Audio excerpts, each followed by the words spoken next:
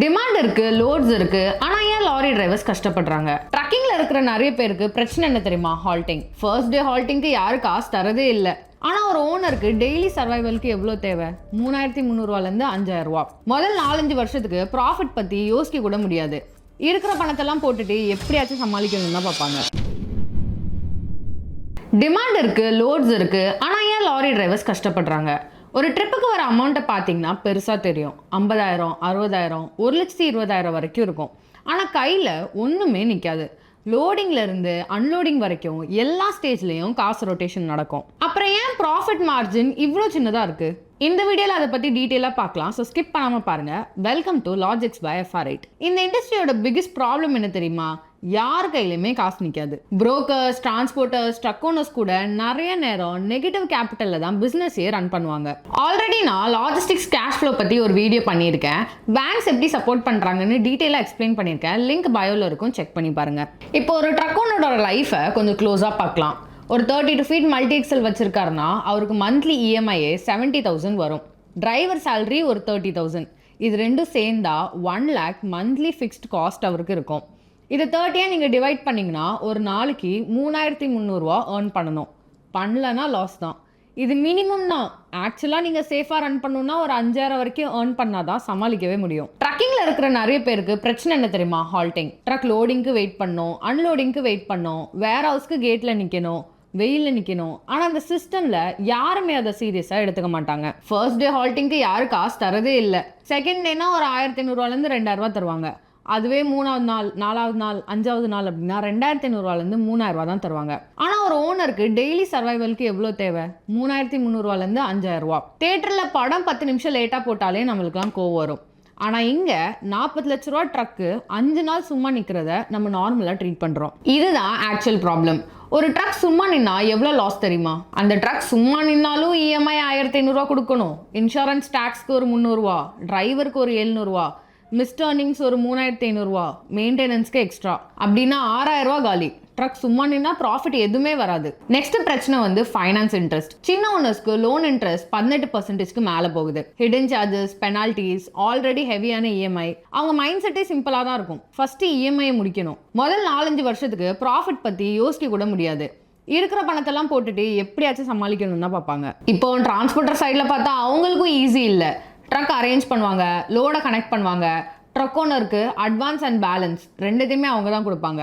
Broker சைடில் பார்த்தீங்கன்னா அவங்க ரொம்ப ஸ்மால் மார்ஜினில் ஃபுல் ரெஸ்பான்சிபிலிட்டி எடுத்துப்பாங்க. புரோக்கர் கிட்ட இருக்கிற மார்ஜினே வந்து 3 to 4% தான். எக்ஸாம்பிளுக்கு சென்னை டு பெங்களூர் அவர் ஒரு 32 ஃபீட் மல்டி எக்ஸல் 18 டன் போடுறாங்க அப்படின்னா 35,300 ரூபா ட்ரிப் ரேட் அப்படின்னா புரோக்கருக்கு அதுலேருந்து 1000-லேருந்து 1700 ரூபா தான் கிடைக்கும். ரெஸ்பான்சிபிலிட்டி ஃபுல்லாக அவங்க மேலே தான் இருக்கும். வண்டி பிடிக்கிறது, ரேட்டை பேசுறது, ட்ரிப்பை ஃபுல்லாக மானிட்டர் பண்ணுறது, பேமெண்ட்டை ஃபாலோ பண்ணுறது, ரிஸ்க் எல்லாமே அவங்க தான் ஹேண்டில் பண்ணுவாங்க. ஆனால் அவங்களுக்கு கிடைக்கிற காசு ரொம்பவே கம்மி. இப்போ டிமாண்ட் ஸ்ட்ராங்காக இருக்கான்னு கேட்டிங்கன்னா இருக்குது.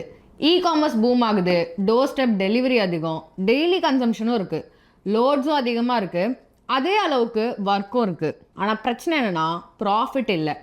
ஏன்னா காஸ்ட் அதிகம். இதுக்கு நடுவில் டிலே இஷ்யூஸ் இருக்குது, ரேட் ப்ரெஷரும் இருக்குது. ட்ரக்கிங் இண்டஸ்ட்ரி வந்து எல்லாருக்கும் ஈக்குவல் கிடையாது. அதுவும் பெரிய ஸ்கேலில் ரன் பண்ணுறவங்களுக்கு தான் சப்போர்ட் பண்ணுவாங்க. 500 ட்ரக்ஸ்க்கு மேலே வச்சுருக்காங்கன்னா அவங்க பிஸ்னஸ் ரன் பண்ணுறாங்க. அதுவே 5 ட்ரக்குக்கு கீழே வச்சுருக்காங்க அப்படின்னா அவங்க சர்வைவல் மேரத்தான் மட்டும்தான் ஓடுறாங்க.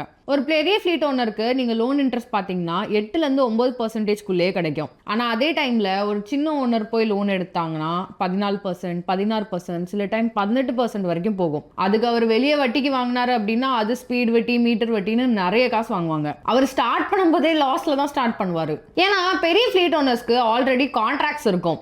Load fix, route fix, return load கூட அவங்க பிளான் பண்ணியிருப்பாங்க. ஆனால் சின்ன ட்ரக் ஓனர்ஸ்க்கு அப்படி கிடையாது. வண்டி டெலிவரி முடிச்சுட்டு டாபாவில் நிற்கும். ரிட்டர்ன் லோடுக்காக 2 நாள் 3 நாள் இல்லைன்னா வாரக்கணக்கில் கூட வெயிட் பண்ணுவாங்க. ஒரு நாள் லாஸ்னால் பெருசாக தெரியாது. ஆனால் அது மந்த் ஃபுல்லாக பார்த்தா அது ரொம்ப பெரிய டேமேஜ் ஆக்கிரும். FR8 ஆப்ரேஷன்ஸ்லேயே டெய்லி நாங்கள் ஹால்ட்டிங் ரிலேட்டட் இஷ்யூஸ் வந்து ஹேண்டில் பண்ணிட்டு தான் இருக்கோம். ஹால்ட்டிங் ஆனாலே ஃபோன் எடுக்க மாட்டாங்கன்னு சில பார்ட்னர்ஸ்லாம் ஃபீல் பண்ணுவாங்க. வெஹிக்கிள் ஹால்ட் ஆகும்போது அந்த சுச்சுவேஷன்ல நடுவில் இருக்கிறவங்க தான் மாட்டுவாங்க. ஏன்னா மோஸ்ட்லி கஸ்டமர்ஸ் சொல்லிட்டு ஹால்ட் பண்ண மாட்டாங்க. நாங்களும் அந்த ஹால்ட்டை மினிமைஸ் பண்ணணும்னு கண்டினியூஸாக ஒர்க் பண்ணிட்டு இருக்கோம். ஏன்னா ஒரு வெஹிக்கிள் ஹால்ட் ஆச்சுன்னா ஒரு ட்ரக் ஓனருக்கு மினிமம் 3000 5,000 லாஸ் ஆயிரும். நாங்கள் இப்போ மெயினாக ஃபோக்கஸ் பண்ணுறதே ட்ரக் ஓனர்ஸ்க்கு கரெக்டான ஹால்ட்டிங் சார்ஜஸ் கிடைக்கணும். நாங்களும் எங்கள் கோஆர்டினேஷன் ப்ராசஸை இன்னும் கொஞ்சம் இம்ப்ரூவ் பண்ணி ஃபியூச்சரில் இதை நாங்கள் பெட்டராக ஆக்கணும்னு சொல்லி ஸ்டெப்ஸ் எடுத்துகிட்டு தான் இருக்கோம். ஆனால் உங்களுக்கு தெரியுமா, நாங்கள் யூஏல கூட ஆப்ரேட் பண்ணுறோம். அங்கே 1 மணி நேரம் 2 மணி நேரத்துக்கு மேலே வெயிட்டிங் ஹவர்ஸே இருக்காது. அப்படியே இருந்தாலும் டிலே முன்னாடியே இன்ஃபார்ம் பண்ணிடுவாங்க. எக்ஸ்ட்ரா சார்ஜஸும் கரெக்டாக கொடுத்துருவாங்க. இது சிஸ்டம் டிசிப்ளினால அங்கே பாசிபிள் ஆகுது. ஆனால் இந்தியாவில் வெயிட்டிங் ரொம்ப நார்மல், எக்ஸ்ட்ரா சார்ஜஸும் கம்மியா. ஸோ யாருமே அதை பெருசாக சீரியஸாக எடுத்துக்க மாட்டாங்க. ஆனால் இது இங்கே சேஞ்ச் ஆகாதுன்னு நான் சொல்ல வரல. நம்ம சிஸ்டமும் இம்ப்ரூவ் பண்ண முடியும். Truck owners, brokers, customers, logistics companies, even government guidelines, இவங்க எல்லாருமே சேர்ந்தா கண்டிப்பாக இதை ரிசால்வ் பண்ண முடியும். ஃபைனலாக நான் என்ன சொல்ல வரேன்னா, ப்ராப்ளம் டிமாண்ட் இல்லை, problem system alignment. Halting delay, cost pressure, low margins, இது எல்லாமே சேர்ந்து தான் ட்ரக்கிங் இண்டஸ்ட்ரியை ஒரு சர்வைவல் கேம் மாதிரி ஃபீல் பண்ண வைக்குது. பட் அதே நேரத்தில் நம்ம பழக்கத்தெல்லாம் மாற்றிக்கிட்டோம்னா ஸ்மால் ட்ரக் ஓனர்ஸ்க்கு கண்டிப்பாக இம்ப்ரூவ்மெண்ட் கொண்டு வர முடியும். இந்தியாவோட ட்ரக்கிங் இண்டஸ்ட்ரி வெளியேந்து பார்த்தா கேஷ் ரிச் மாதிரி தெரியும். ஆனால் உள்ள பார்த்தா தான் இது ஒரு சிஸ்டம் ஃபெயிலியர்.